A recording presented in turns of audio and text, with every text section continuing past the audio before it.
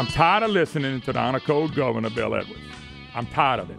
Folks going, what are you tired of Edwards for? Well, let me give you an example. The House has sent a budget over to the Senate. They've sent their plan over to the Senate. It's a standstill budget with a few increases for mandates, and the governor is still sending out press pieces saying, when are the Republicans going to stand up and give us their plan? They gave you the plan, Governor. You choose not to listen to it because you want higher taxes. You want more money to be spent. They're only going to spend 97.5% of the budget, but you want 100% plus more taxes. So you don't like their plan, so you keep saying, what is their plan? You got it.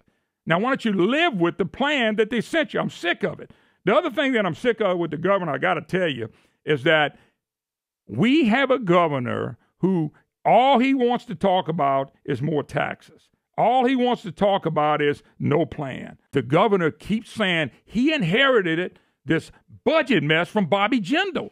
And you keep seeing the press talk about this. He didn't inherit a dang thing. He created it. He helped create it. John Alario. They helped create the problem. They voted for the budgets. Alario voted for all 8 budgets. He's the king. He's the great guy there. And Bill Edwards voted for 5 of 8 of Bobby Jindal's budgets, and they keep telling us they inherited a budget. They didn't inherit it. They created it. Bill Edwards needs to get a life. Him and Jay Darden, they need to get a life. They created this budget. You know what's sad? The press, along with them, were trying to push for the Senate budget. The Senate budget will spend every penny they have.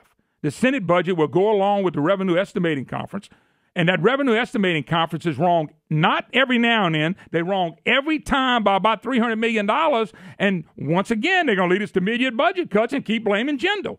The buck has to stop with somebody. The governor, it stops with you. You keep saying you want something different. The House has given you something different, a standstill budget, and you don't like it, so you run out there telling people we got a problem. The problem is you. The problem is John Alario. These people created the budget mess. And yet, when we try to do something different, what do?